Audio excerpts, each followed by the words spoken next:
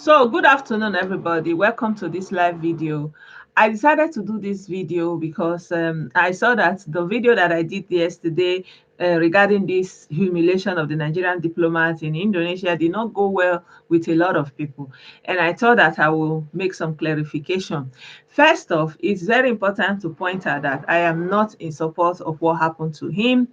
And yeah, what happened to him is bad, it's terrible, that one is understandable. And I can understand that people feel angry, that I'm not just outrightly condemning it and keeping on condemning it. So, for me, there are two things there. I feel like this is a diplomat, you understand, and treat him like this is a pointer to what they have been doing before, and they have been doing all this thing before without any intervention and without any defense from the people who are supposed to play that role on the part of the Nigerians who are falling into that category before. So, yeah, on that note, of course, it's very, very understandable that there are two ways I'm looking at it. First of all, you look at the humanity of what is going on. It is wrong, outrightly condemnable. And for the fact that he was repeatedly saying he cannot breathe, just the same scenario that played out in the US. And going on against him, regardless of who they thought he was, regardless, that's just his human right. That is first thing. And the second thing is, like I was saying in that video, a lot of our people fall into all these problems. And yeah, there is nobody to intervene for them. So, that's why I'm looking at it in the other way. That's okay. This is what these people go through all the time. You understand? This is what people go through all the time. And they look for somebody to help them, but they cannot find anybody to intervene or speak up on their behalf. But on a third note, we have to consider that um, at that point, they didn't know who he was. They didn't know whether he was a diplomat, whether he was a millionaire. I don't know, whatever status you may, accrue to him. They didn't know. But what they know is that this is somebody with a dark skin. And on that basis, they went out on him with all that full force. So that is the main thing. I think that is the most captivating point for everyone who has this and is seeing that, it means that it doesn't matter who you are, it doesn't matter your status, as long as they come at you and see you like this, it gives them some kind of um will I say power, or something to go at that person with everything that they've got. And this is why it is really wrong to speak it out and say this is unacceptable. This is unacceptable, this is very wrong. And yeah, the Nigerian minister or foreign minister was very, very picky in the way he was responding to it, when he called a press conference and invited Indonesian officials in Abuja. So for me personally, I feel like it should be more should be done. Yeah, they have recalled their envoy to Indonesia. I want to see charges pressed, because this is a violation. This is an assault. I don't know what other adjective you want to use to qualify what happened, but I feel that deserves some kind of compensation. They cannot just do something like that and get away with it.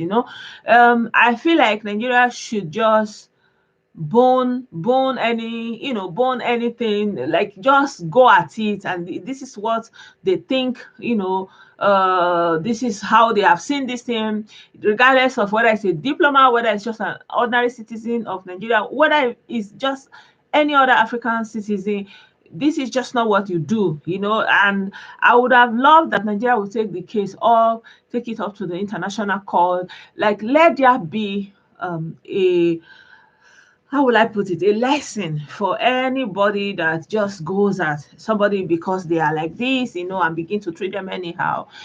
And yeah, I this is my feeling. So I would have really appreciated that somebody would, write what they think, their own opinion. And I would really like to know, for example, What was it in the last video that made you guys very, very angry and not happy with the video, So I would really like to know, I really like to get some feedback there, So if he feels that I was mocking the man there, like I was not being empathic to him, I already stated my reasons there, because I feel like at the end of the day, we have to show the respect for ourselves.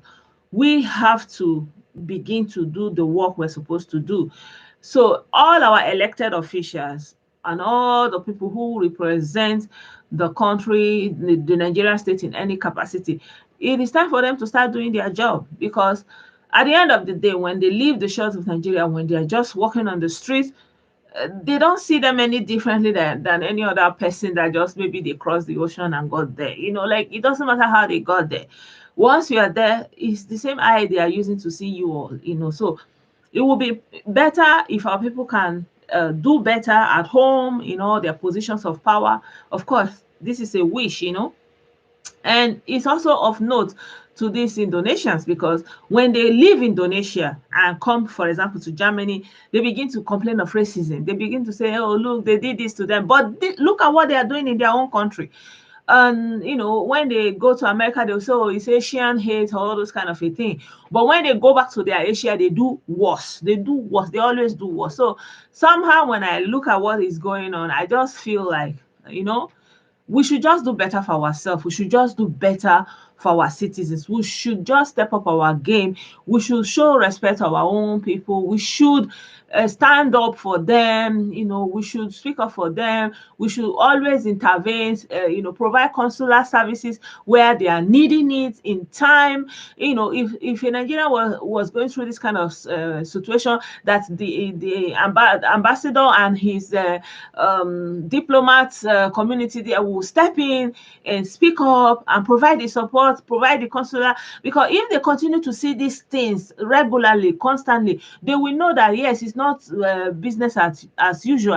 They will know that somebody is going to come and speak on behalf of this person. They will know that action will be taken. It's just like when somebody takes an American citizen on the road, they know that there's going to be consequences, because the embassy will step in and the government will speak out. But because we don't have this foregoing, every time you are just on your own, just because you're a Nigerian, you're always on your own, do your own thing, fighting for yourself, fighting for your right, or not getting what you deserve. It's gonna spill over to everybody in government, everybody in authority. Whenever they leave Nigeria and come out, it's the same thing. The same thing that happens to anybody will happen to them, because they cannot differentiate it. So that's where I stand at the end of the whole thing, that everybody need to understand that, when you have a role to play it. If you are a diplomat and you've been sent on the mission to represent the Nigerian state and be the one that will step in for cases of problems for your citizens, do it, and do it consistently, so that it will be on record that there's always somebody stepping in for their citizens. You understand me? Hey, my brother, I greet you. It's been a long time.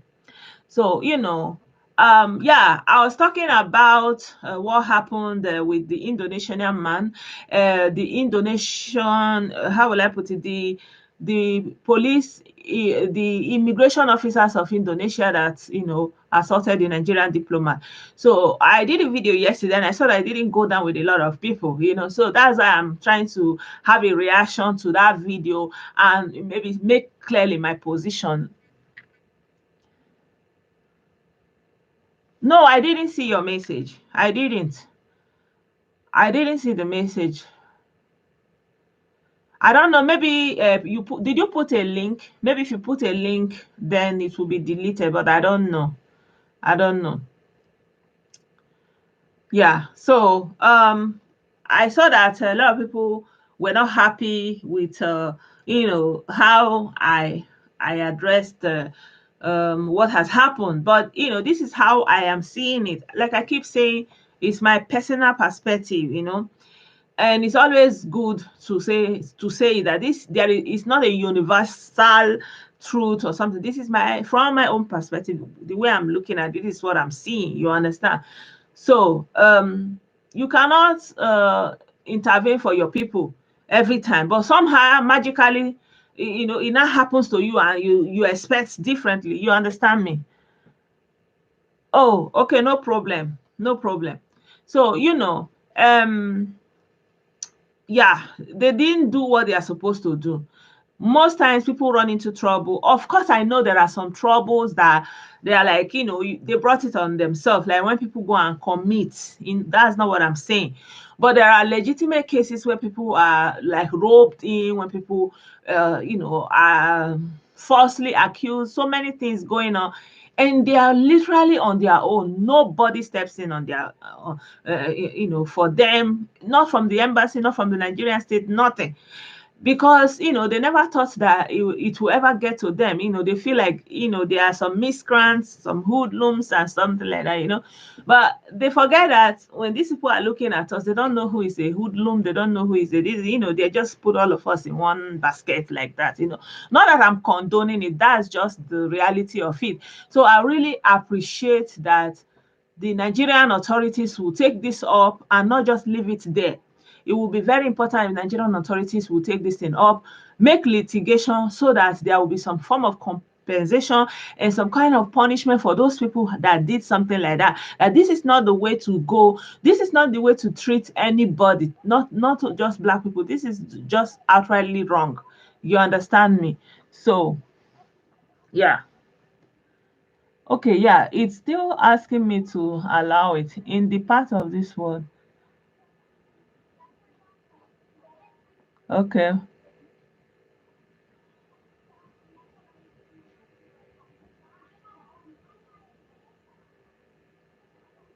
Hmm. Hmm. Hmm. Well, I don't know.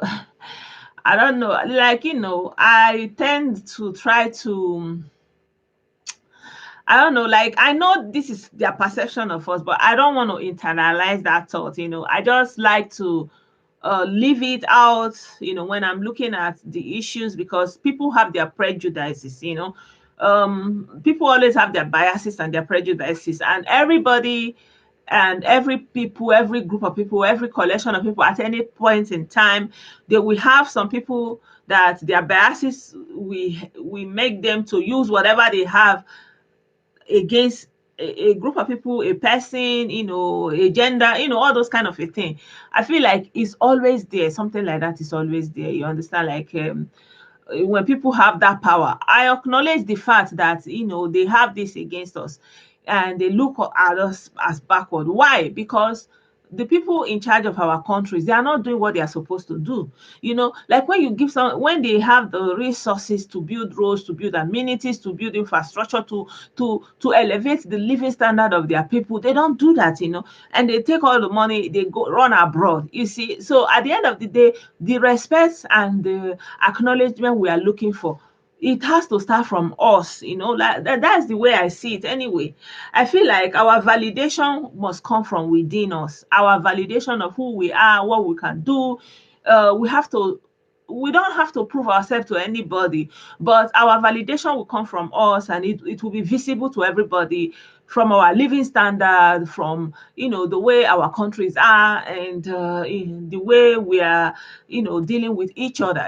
Because I see this kind of high-handedness also in Nigeria. For example, somebody that has the power, has the money, can actually easily buy police people or something like that to deal like high-handedly with somebody like that, just like that. Like a case that is ongoing right now. This Pastor Suleiman, he said somebody said something against him, and he sent the police after him. The guy has been in jail now for like since yesterday. I don't know if he's out. So that kind of a thing, that's how I look at it. I feel like as Africans, regardless of what anybody thinks of us, our validation is within us. We don't need anybody to acknowledge our humanity. If they say they don't want to acknowledge our humanity, that is their problem. But for example, in this case, the Nigerian government needs to go within the legality of that action that man took. because those men, they went against the law, the Vienna Convention on diplomatic relationship. So Nigeria should file for litigation on that basis, so that those people will receive consequences for that very action. So I know that most times they look at us, they will be doing yimu, like, they will be doing nose at us, like, they don't see anything good in us. I feel like it is still the duty of those people in charge of our countries. That is the role they have to play, because they have to fix it. Nobody is going to fix it for us, regardless of the excuses. Regardless, we just have to find a way, and that's why I feel sad when only solution we have is pointing fingers at each other, fighting each other, attacking each other, because we don't need to do that. We already have so many people who are against us. So why do we want to be the one to face each other again and be taking each other out, buying weapons and all those things? Because they will be looking at us, say, yeah, that's all they can do. Have children and fight, destroy their country. What else can they do? This is like, the whole thing is very complex. Well, I think Nigeria is a very big trade partner, actually, because they have a lot of clothing industry. You know. Oh, good day, my brother Kengos. So Nigeria has a clothing industry. Normally, I think the companies used to be in Nigeria, but now because of all these people who make money through import, and so it's a very big market for a lot of clothing material, home, like, yeah, it's a very big market. I don't know all the details, but I know that Nigeria has a bi-nation agreement with Indonesia, and yeah, they have some trade agreements. So as Nigeria may look maybe of no significance, in a way, they need Nigeria in so many very big, important ways. The resources that they can get from Nigeria, you understand? So, yeah, I feel like Nigeria is still a very important player in the West African sub-region. You understand? Because it's a very big block and there's a very big market. Yeah, there's a lot of potential there for people to make profit out of Nigeria, of course. So they don't want to lose that market, and they don't want to lose access to those benefits that they will get from Nigeria. So Nigeria should not be afraid, because I saw how the minister was like every word was in between, like he should be fearless and speak out in defense of what has happened. And above all, I feel like there must be a litigation, because if they don't do a litigation, especially because it's a diplomat, they have laid a foundation for something worse to come in the future, so that they will be taking precaution that, just because they are Nigerians or they are Africans, doesn't give you the temerity to be treating them that way. You understand me? But on the other hand, I feel like it is good that the man still collect small, make you feel am small.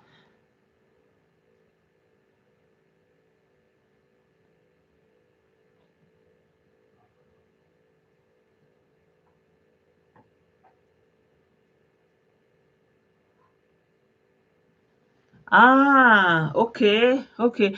You know better, because you live close to that place. I know it's not very far from Australia. I know. Yeah, it's possible. It's possible, because so many things is going on all over the world. I didn't know about the Papa. I know about Papua New Guinea, that they are blacks, but I don't know that they have the population also inside Indonesia. Yeah, everywhere you have, like you have melanin, it is the reality of the life we have today. It doesn't matter how many percentage of the melanin that you have. Look at, for example, Meghan Markle, what she's facing there. It just like, if you look at that woman, you will rarely know that, but still, they know the thing know they finish for their eye, you know. Okay, where's Papua? Papua. Okay, I will check it out. I will check it out. Yeah. So, yeah, Now it's our burden. That's why, for me personally, I am against anything that will bring more disruption and more devastation to the homeland, be it Nigeria, be it anywhere, but especially for Nigeria, because out of every 5 people, one of them is a Nigerian. So imagine if a major conflict breaks out in Nigeria. That means, like, out of every 10 African people, for example, you can imagine that at least 6 of them will be Nigerians. And imagine that out of every African people, that 6 people are in a conflict situation. It is a terrible thing. So that's why and then, well, they already used to see pictures of help, beg, or it's not going to be better with a major conflict. It's not going to be better. So I believe that we should find a way to be resolving our conflict without making it you know explode into all these kind of things that we'll have to go and import things to be destroying ourselves, destroying our land, and all those kind of a thing. I feel like uh I feel like we have enough enemies already. We have a lot enough people where they know bad do us, where they know just want. So why we wan come dey treat ourselves like that? E no make sense. E no make sense. Say, this one, this one, that one, good. This one, then these people, that people.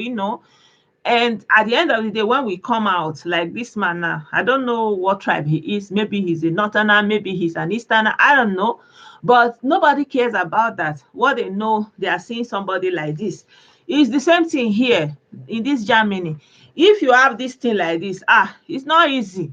Anywhere in this world, you go to America, your body is like this. Those people that they hear them anywhere you go. It's just the law that is, helping us. We are just hoping and praying to God. Anywhere you go with this thing, it's not easy. Easy. And then you come back to Nigeria, and then we will be doing the same thing on ourselves based on tribe. Based on tribe. You say, this one is Igbo. You'll be doing the things that they will be doing to us here based on tribe. You go to Nigeria, you'll be doing it based on Igbo, based on Yoruba, based on Edo, based on Yukun, all these things. We don't need all these things. I feel like this is a very good pointer. This is a very good pointer to say, see, look at what they did to him. His position did not matter. He's otherwise he will be in his diplomatic jeep. He'll be running around. Nobody will mind him. So I feel like this is like a blessing in disguise. Say, at least hand touch am small, small like that. At least let them feel what other people are feeling. Not because you just sit in your diplomatic car, you'll be going around, you will not understand your duty.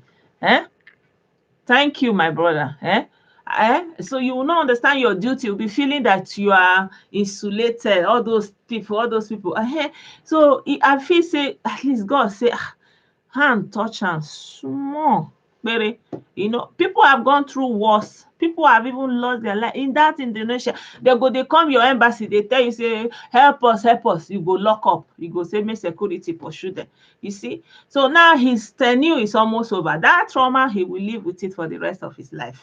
And I believe it will open his eyes more to the daily day-to-day dealings of people who don't live in diplomatic environment, who don't ride diplomatic cars, who just have to go about their day as ordinary Nigerians who are foreigners in a country like that, Indonesia. You understand me? So greetings, Charles. So yeah, I decided to do this video to I don't know what exactly was annoying people in that video. Maybe because the way I was like, as it collect and small, make it just good like that. Maybe people didn't like it that I said make it collect small. Well, this is how I feel, because the things that is going around is going to come around. So whether you are president, whether you are whatever, as people they cry, they meet you, say, help us, so attend to our case, so I need passport to help me, or do anyone, because you feel say, I be Ghana, I dey ride. One day God go still help you one way or the other. Hand go touch you small. If anybody told that man, say, there will be a day like that where you'll be shouting, my neck, my head, hey, he will not believe it, He will not believe it. He will think that all those riffraff, all those hoodlums, all those illiterates, all those, they will just wave it aside because it doesn't affect them. But I feel like in Igbo, they said when they are carrying the dead body of a neighbor or somebody you don't know, it looks like firewood in your eyes because you don't know the person, you don't know the corpse, you are not related to the corpse. So when the people are carrying the corpse and they are crying and they are grieving, they are mourning, for the person that is not related to the corpse, is just looking at them like it's like they are carrying firewood. It doesn't feel it.